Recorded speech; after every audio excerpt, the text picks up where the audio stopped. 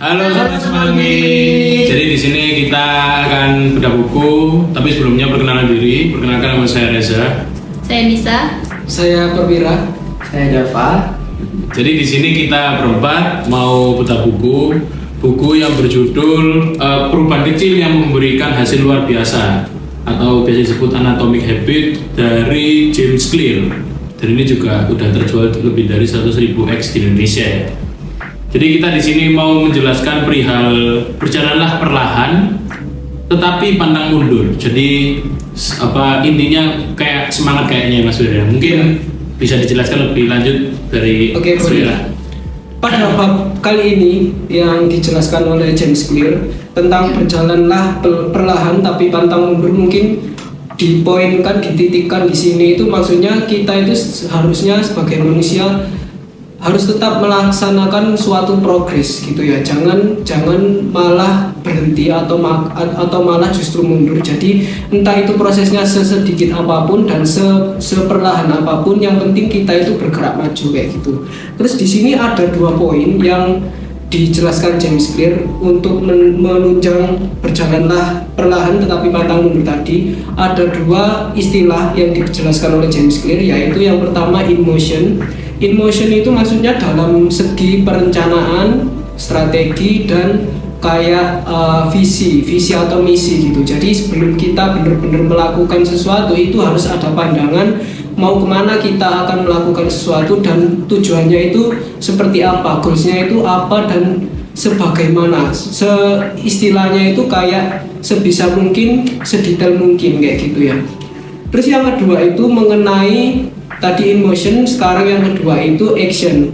Action itu lebih menonjol kepada perlakuan atau aksi atau kata kerja kayak gitu ya. Kalau misal in motion tadi itu lebih ke perencanaan dan pemikiran, sedangkan action itu lebih ke fisik. Jadi kayak gimana kita cara mengeksekusikan visi misi kita atau cara kita melakukan sesuatu kayak gitu yang membuahkan hasil kayak gitu ya. Terus di bab ini itu ada beberapa poin yang dijelaskan oleh James Clear, yaitu ada hukum ketiga perubahan perilaku, yaitu menjadikannya mudah. Jadi nggak perlu yang rencana atau strategi yang ribet dan segala macam kayak gitu, tapi lebih ke apapun caranya yang penting itu mudah dan efisien juga. Mungkin salah satu dari kawan saya mungkin akan menjelaskan dari Mas Reza dulu, gimana sih peran apa ya, kayak strategi atau perencanaan dalam memutuskan sebuah aksi kayak gitu. Oke. Ya. Mungkin untuk buat strategi untuk memutuskan sesuatu gitu ya Mas. Ya. Itu sebenarnya kembali lagi sih apa yang perlu kita lakukan. Jadi misalkan nih kayak kita menemukan sebuah studi kasus dan itu harus diselesaikan dengan cara yang sistematis dan juga perlu persiapan yang lebih matang. Jadi kita sebenarnya itu harus mengklasifikasi dulu apa yang perlu dilakukan dulu. Misalkan lebih ke brainstormingnya dulu, atau lebih langsung ke aksi, atau lebih ke mengarah ke langsung lakukan. Tapi nanti tidak perlu memikirkan kayak apa itu namanya akibat atau apa ya. Jadi kita harus melakukan dulu, harus berani melakukan dulu. Baru nanti habis mengarahkan, habis jalan itu baru kita, kalau misalkan memang ada konsekuensi itu nanti kita pikirkan untuk next ke depannya. Karena misalkan kalau kita nggak melakukannya langsung dan juga nggak kayak kayak ditunda-tunda atau nggak langsung kayak bergerak atau apa, itu nanti akibatnya juga sama hanya akibatnya kalau misalkan kita melakukan tapi ada akibatnya, dan juga kalau misalkan kita nggak melakukan kita juga nggak ada juga ada akibatnya juga. Jadi kurang lebih seperti itu. Oke, tanggapan yang bagus ya dari Mas Reza. Mungkin ada tambahan lain atau ada pandangan lain dari Mbak Nisa tentang gimana kita itu tetap berproses atau tetap jalan ke depan meskipun itu perlahan dan tapi pasti gitu ya. Dan keterkaitannya dengan planning atau strategi atau rencana tentang gimana kita meraih goals kayak gitu atau pencapaian kayak gitu. Gimana Mbak Nisa tanggapannya? Oke, untuk meraih goals itu kan pasti ada kayak step-stepnya terlebih dahulu ya. Jadi yang pertama itu pasti kita ada idenya terlebih dahulu. Setelah dari ide, kita mungkin ada diskusi terhadap tim atau atau sesama. Lalu habis dari diskusi itu nanti kita menyusun rencana atau strategi untuk mencapai sebuah goals-nya itu tadi. Nah, setelah merancang strategi, kita pasti ada take action. Setelah take action, barulah kita mencapai sebuah goals yang telah kita rencanakan sebelumnya, gitu sih. Oh gitu. Tanggapan yang bagus juga dari Mbak Nisa mengenai keterkaitan antara strategi atau planning terhadap goals yang akan kita capai kayak gitu ya. Terus mungkin ada tambahan dari Mas Dafa mengenai hal itu atau ada pandangan lain justru dari Mas Dafa. Silakan Mas Dafa.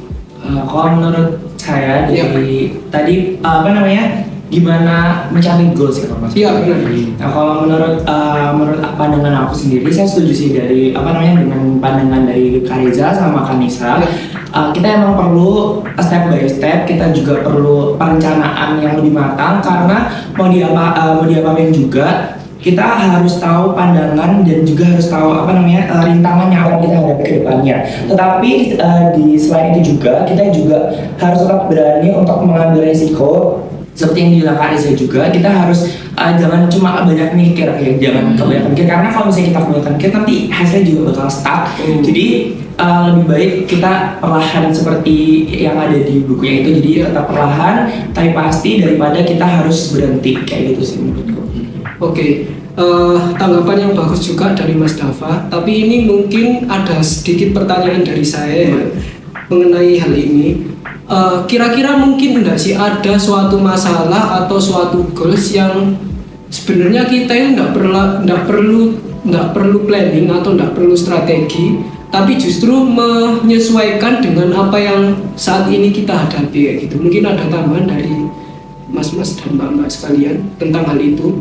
Perlu nggak sih kalau misal kita itu nggak ada planning tapi mengikuti alur yang lagi berjalan, itu setuju nggak kalian kayak gitu? Ada yang baik? Sebenarnya kembali lagi goalnya itu berubah apa ya? Misalkan goalnya itu cuma sebatas misalkan contoh kayak goal kita dalam bekerja itu mengerjakan sesuatu itu mau yang lebih berkembang atau kayak stuck gitu aja.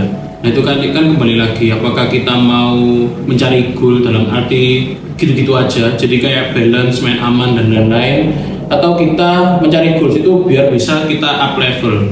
Contoh misal kita sebagai pekerja, kita kan mencari sebuah goal, misalkan contoh kayak aku yang penting aku kerja, aku dapat uang dan itu udah cukup. Nah itu kan anggapannya kan tinggal ngikuti arus dan itu flat juga kan. Dan ada lagi juga yang bekerja itu mencari pengalaman, mencari sosial atau mencari koneksi dan juga mencari jenjang karir juga. Nah itu dua konteks yang berbeda. Jadi kita kembali lagi apa yang tujuannya itu juga lagi sih. Jadi perlu juga planning dan juga persiapan dan juga kesadaran diri kita juga, kita tuh mau mengarah goalnya tuh kemana dulu. Oke.